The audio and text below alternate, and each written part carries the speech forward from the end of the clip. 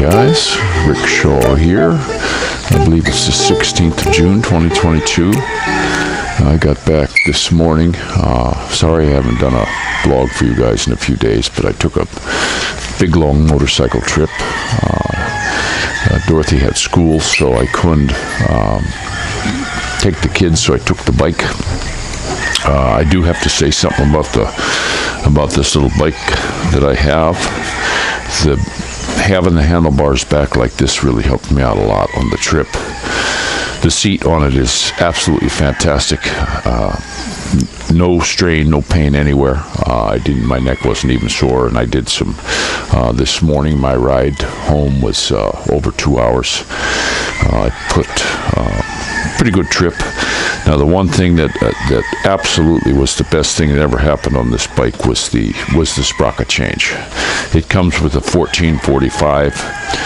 I left the 14 on the counter shaft. On the back, I have the 51 now, 51 tooth, and I put a better DID chain on it. And I'll tell you what, guys, it made all the difference in the world on this bike. I had to go through, when I left the other day, you can't go on the highway on these, so I was going through traffic. I left at 6 in the morning, so I was hitting the brunt of the traffic all the way up to Cavite. I went up here and then cut through Santa Rosa and all that kind of stuff. And a lot of traffic, a lot of buses, a lot of people going to work in the morning. But I went in the daytime. Well, this time when I was coming home, I went ahead and I left it about 3 in the morning, 2:33, it was somewhere in there when I left. I just got up and boogied, and came through. Once I hit Malvar, I hit a rainstorm. So I did want to say something else too, but something you should do here. If you got motorcycle helmets, you should have two. One for when you know it's not going to rain, and then a rain helmet. Now I got this Shoei right here, and I didn't get the full face because I chew. So I did get the really nice visor on it. It also has the little flip down. I don't know if you can see that, but it's got the flip down sunglasses things. Now on my helmet, on every helmet I've ever had with a visor, I always put a piece of tape right up above my eyes so you can hide behind that. In case if you're driving straight into the sun, you can tilt down, or especially in the evenings when you're heading west, you can tip down and you can hide that sun from you and still see. The other thing I did before I left was you take a dab of dishwashing liquid on a paper towel and wipe the whole inside. That'll keep you from fogging. And then I put a couple coats of wax on this. And it was a good thing I did, because when I came home this morning, I came through the stinging rainstorm. I didn't have my jacket, my rain jacket, but I did have my high vis on, and then a nice shirt, and then of course this one underneath. And it worked out really well, but it was super hard to see, even with that. But the rain comes off of this, and that works out well. But a lot of things happen on the road you have to be aware of and careful of when you're driving. Jeepneys pulling out in front of you, tricycles, motorcycles swarming you. It just you really got to be on your toes. Well, when I was heading up there the other morning, I pulled over. I stopped I saw a security bank, and I stopped over. And when I took the helmet off, I'm gonna take a sit for a while. So I sat there for about 15 minutes, just watching the traffic go by. I believe it was in Santa Rosa, and the dude's coming up on the motorcycle, him and his buddy, and he's carrying something in between them. And this jeepney guy that had stopped right in front of the security bank, he looked to the right. He was looking over in my direction, and he hit the gas and pulled out left, and it hooked the passenger. Leg was here. His bumper hooked the passenger and pulled that guy off the bike. The other driver, down he went. And the dude was carrying this big glass thing, and when he hit the ground, it broke. And he mangled this dude's leg. The leg was not in good shape. A bunch of people ran over there. Traffic cops were right there. It was right by a big corner. The jeepney driver tried to get away. But the dude with the glass thing, he fell on it. He fell backwards and rolled, and it just chopped his stomach all to hell. It was a shame. He was carrying some kind of big jar of, it wasn't Boko juice, but it looked kind of like Boko juice. Might have been that vinegar with the pepper, white vinegar. So that was a shame. That dude was hurt bad. A lot of people were there to help right away, and it was a real shame that I got to see that. But it's drizzling. The big rain quit. It didn't get it to here. When I got into Lipa City this morning, by the way, it was not as bad as it was in Malvar. It was really pouring over there.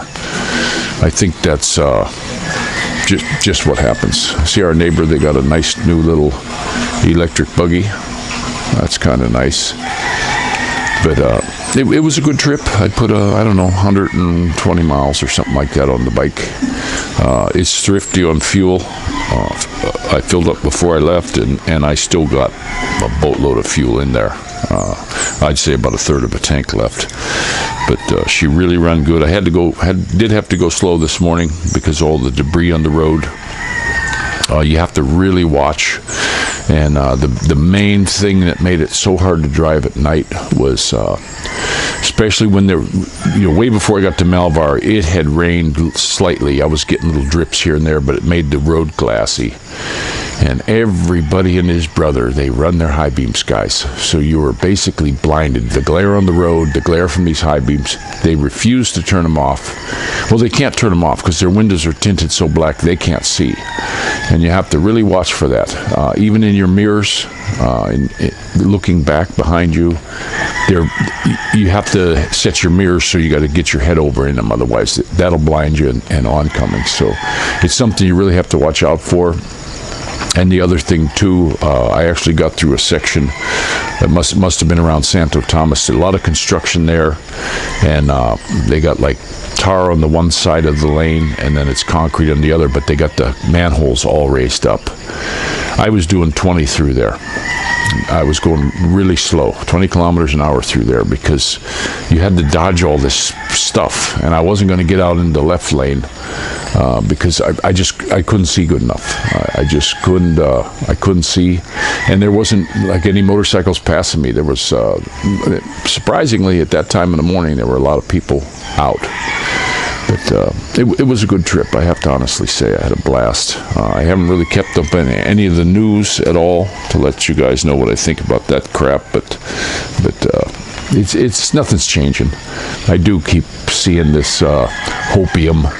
Now there's somebody saying, oh yeah, July 4th, Trump's coming back, and it's so many days after Easter, and he's our new savior. Oh, look at that. We got a big rainbow. Look at that. I hope you can see that. I hope that shows up on the camera. Look at that beautiful rainbow. Look at that. Wow, cool. But I made a comment on somebody's post that they said, oh, he's our savior and he's coming back, and they were comparing him to Jesus. And I made a comment. I'm like, man, don't be doing that. And they came back and said, oh yeah, but he's going to do this. And I said, yeah, but you don't compare him to the Son of the living God. You just don't do that. He's just a man. And this person said, oh, well, God's used, people before. Noah was a drunk and, different. And I said, yeah, that's true. But nobody ever compared those guys to Jesus Christ. Of course, it was before Jesus Christ, but they never compared him to a Messiah or said they were anything like that. So I hope I got that person corrected, because that's something you don't do. I think that's like blasphemy. But he's not. I'm really starting to think he's no dang savior. I just watched a video that somebody sent me, one of my lib buddies, where he was sitting there about the red flag laws. Yeah, take the guns away first. Yeah. When you watch stuff like this, yeah, he did a lot of good stuff, I think, for the country, but there's some other stuff. He's not a gun guy. He's a New Yorker.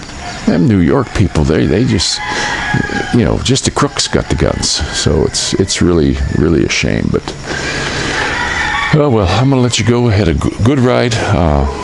Actually, before I left on the trip, I checked the tires. The air on them was perfect. These tires are actually pretty good tires. The tires that came on this, I'm pretty happy.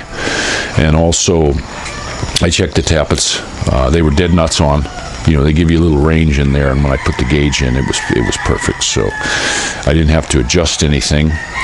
And the other thing too I wanted to say was, on the way home this morning, this fella pulled up to me at a light. He was on the Honda CRF 150L, and just riding with this guy for it must have been for about 2 or 3 miles. He was, we were going the same way, and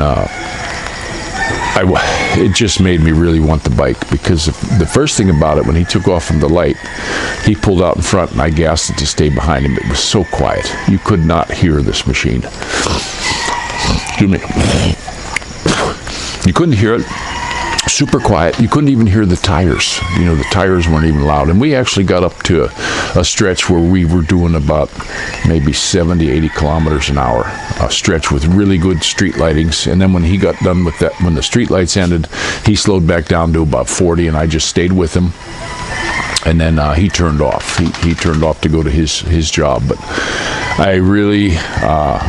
I love a quiet bike. This bike's pretty quiet, and I do not like I don't like a loud bike. I never did. Every bike I ever had, I even made them quieter than when I got them if they were too loud. I did everything I could to quiet them down. I don't want to hear it. I want to hear if there's something wrong inside the motor. I don't want to hear some booming exhaust like a lot of people. And when I was going to, when I left the other day to head up north, I was really surprised at how many people had just wide open exhaust, no helmets, slippers, all the things you're not supposed to do. And I'd say half the people riding their bikes. And it seemed like a lot of people that were going to work, but there were a lot of people just not. And 2 and 3 people on the bike, husbands and wives carrying a little baby. They had, no helmets.